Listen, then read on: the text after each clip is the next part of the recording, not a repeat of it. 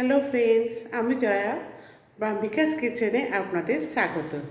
আজকে আমি একটা নতুন রেসিপি নিয়ে এসেছি। আপনারা দেখুন, আশা করছি ভালো লাগবে। ভালো লাগলে অতি অবশ্যই লাইক, শেয়ার, কমেন্টস করবেন। আর নতুন বন্ধু যদি আমার চ্যানেল থেকে থাকেন, তাহলে আমার চ্যানেলটাকে সাবস্ক্রাইব করে আমার পাশে থাকবেন।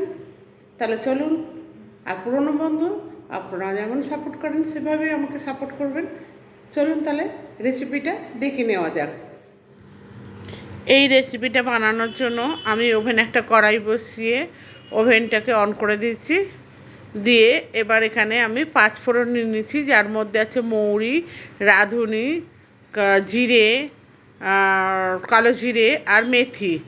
দিয়ে আমি এগুলো সব হাফ চামচ চামচ চামচ করে নিয়েছি।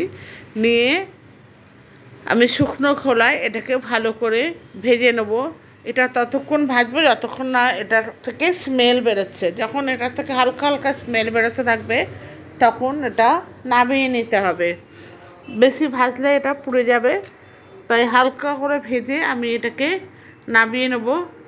এটা ভাজা হয়ে গেছে, এবার আমি এটাকে নামিয়ে নিচ্ছি। আর এখানে দিয়ে দিয়েছি ওই একই কড়াইয়ের মধ্যে 1 চামচের মতো রাঁধুনিটাকেও ভালো করে আমি ভেজে নিচ্ছি। এটারও যখন একটু স্মেল বেরোবে তখন আমি এটাকেও নামিয়ে নেব।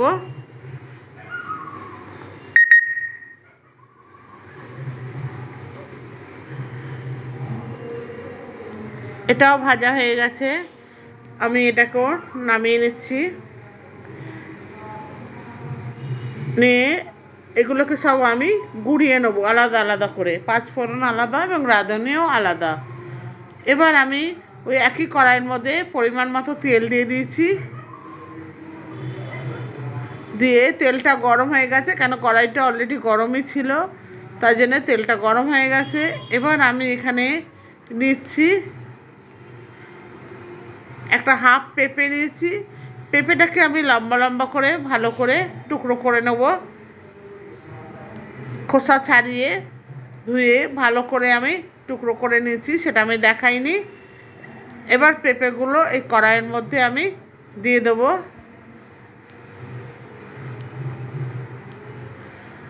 লম্বা লম্বা করে কেটে নিয়েছি। পেঁপেগুলো একটু নেড়ে ছেড়ে ভেজে নেব। ভাজা হয়ে গেছে, তুলে নিলাম। এবার ওই একই তেলের মধ্যে আমি দিয়ে দিচ্ছি কাঁচকলা। দেখুন, কাঁচকলাগুলো আমি ছাড়িয়ে লম্বা লম্বা করে কেটে নিয়েছি। আর বন্ধুরা, এই কাঁচকলার একটা টিপস মনে রাখবেন, কাঁচকলা ছাড়িয়ে হলুদ জলের মধ্যে ভিজিয়ে রাখলে কাঁচকলা কোনো দিন কালো হয় না। কাঁচকলা ওইভাবেই থাকে, কালার চেঞ্জ হয় না। এবার কাঁচকলাগুলো ভাজা হয়ে গেছে, আমি তুলে নিলাম। এবার এখানে দিয়ে দেবো আমি একই তেলের মধ্যে দিয়ে দিচ্ছি আমি আমি কেটেছি, কী বলে, বরবটিটা এরকম লম্বা লম্বাভাবে কেটে নিয়েছি। নিয়ে বরবটিটাকেও আমি দিয়ে দিচ্ছি তেলের মধ্যে, দিয়ে ভালো করে ভেজে নেব।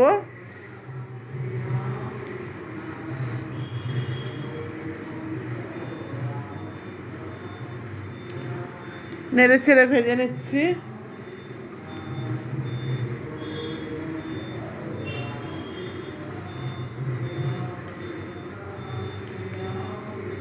হালকা ব্রাউন করে বরবটিটা ভেজে নিচ্ছি। দিয়ে বরবটিটা আমার ভাজা হয়ে গেছে।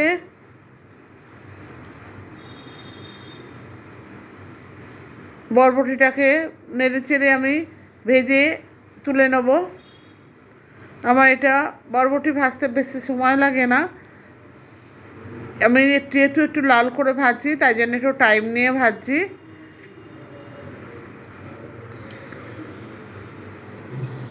বরবটি ভাজা হয়ে গেছে, আমি তুলে নিলাম।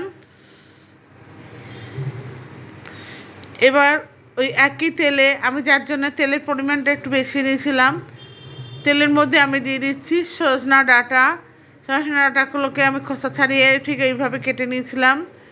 সজনা ডাঁটাগুলো তেলের মধ্যে দিয়ে দিলাম। দিয়ে সজনা ডাঁটাকেও আমি ভালো করে ভেজে নেব। সজনা ডাঁটাগুলো ভাজা হয়ে গেছে, আমি তুলে নিচ্ছি। এবার যে তেলটা আছে সেই তেলটার মধ্যে আমি আরও সবজি ভাজবো। আর একটু তেল দিয়ে দিলাম ওর মধ্যে, যেহেতু কম হচ্ছে তেলটা। এবার আমি আলু নিয়েছি একটা, আলুটাকে আমি লম্বা করে 4 টুকরো করে কেটে নিয়েছি। আমি একটু তেল দিয়ে দিয়েছি, যেহেতু তেলটা একটু কম হয়ে গেছিলো। আলুগুলো ভেজে নেবো লাল করে। নতুন বন্ধু যদি কেউ থেকে থাকেন আমার চ্যানেলে, তাদেরকে অনুরোধ করব আমার চ্যানেলটাকে সাবস্ক্রাইব করে আমার পাশে থাকবেন। আর যারা অলরেডি সাবস্ক্রাইব করে রেখেছেন তাদের কাছে আমি কৃতজ্ঞ এবং আন্তরিকভাবে ধন্যবাদ জানাচ্ছি। আর ফেসবুক পেজ থেকে যদি কেউ দেখে থাকেন আমার ভিডিওটা, তাহলে আমার ভিডিওটাকে মানে আমার পেজটাকে ফলো করার অনুরোধ রইল।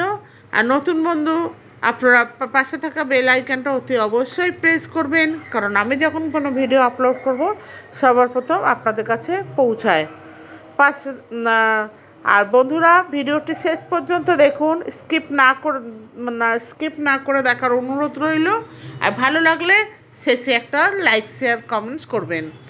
এবার আমি বেগুন নিয়েছি, বেগুনগুলোকে আমি লম্বা লম্বা করে কেটে নিয়েছি। নিয়ে যতক্ষণ বেগুনটা ভাজা হচ্ছে ততক্ষণ আমি একটা মশলা বাটি বানিয়ে নিই।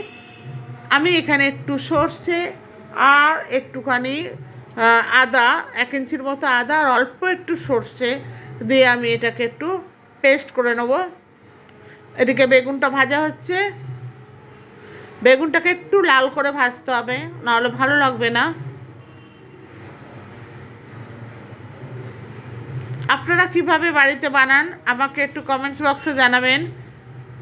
আমি তো এইভাবে বানাই, বানালে ভীষণ ভালো লাগে। আপনারা যদি এইভাবে বানান তাহলে দেখবেন খেতে কত সুন্দর টেস্ট হয়। বেগুনগুলো ভাজা হয়ে গেছে। এবার আমি এখানে 1 বাটির মতো বড়ি নিয়েছি, বড়িগুলোকে আমি তেলের মধ্যে দিয়ে ভেজে নিলাম। বড়িগুলো একটু লাল করে ভেজে নেব। বড়িগুলো ভাজা হয়ে গেছে, আমি তুলে নিচ্ছি। এবার আমি নিয়েছি উচ্ছে। আমি উচ্ছেগুলোকে ঠিক এইভাবে 4 টুকরো করে কেটে নিয়েছি, নিয়ে ধুয়ে নিয়েছি। এবার উচ্ছেগুলোকে আমি প্রথমে একটু ভেজে নেব, একটু লাল করে উচ্ছেটা ভাজতে হবে। উচ্ছেটা নেড়ে ছেড়ে ভাজা হয়ে গেছে লাল করে। এবার আমি একটা ঝিঙে নিয়েছি, ঝিঙেটাকে আমি এখানে দিয়ে দিলাম। ঝিঙেটা আমি আগে দিইনি কেন, ঝিঙে দিয়ে জল বেরোবে তাই জন্য। বন্ধুরা আপনারা চাইলে ঝিঙে দিতেও পারেন, আর ঝিঙে না দিলেও হবে, এটা স্কিপ করতে পারেন। উচ্ছে আর ঝিঙে ভাজা হয়ে গেছে, আমি তুলে নিলাম। এবার যে তেলটা আছে সেই তেলটার মধ্যে আমি দিয়ে দিচ্ছি একটুখানি 5 ফোড়ন দিয়ে দেবো।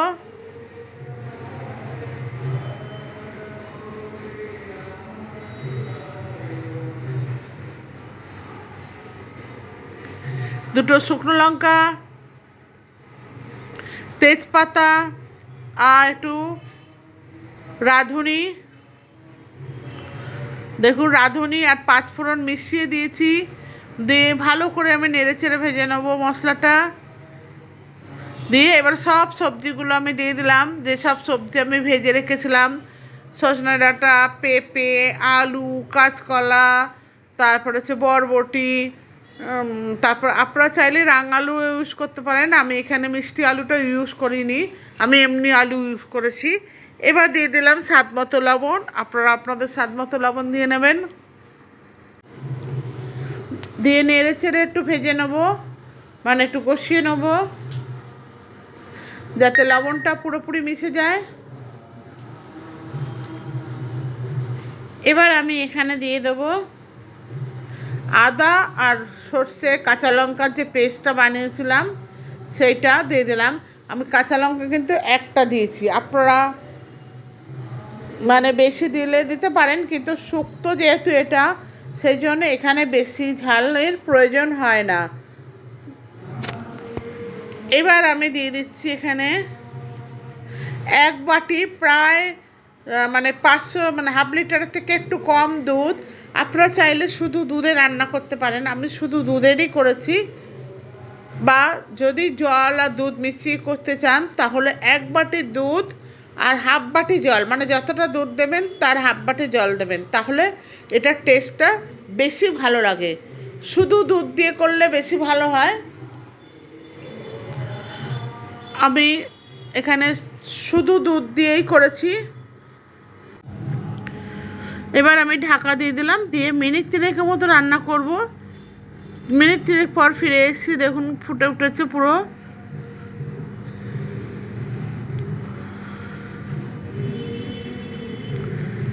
সব সবজিগুলো মোটামুটিভাবে সেদ্ধ হয়ে এসছে।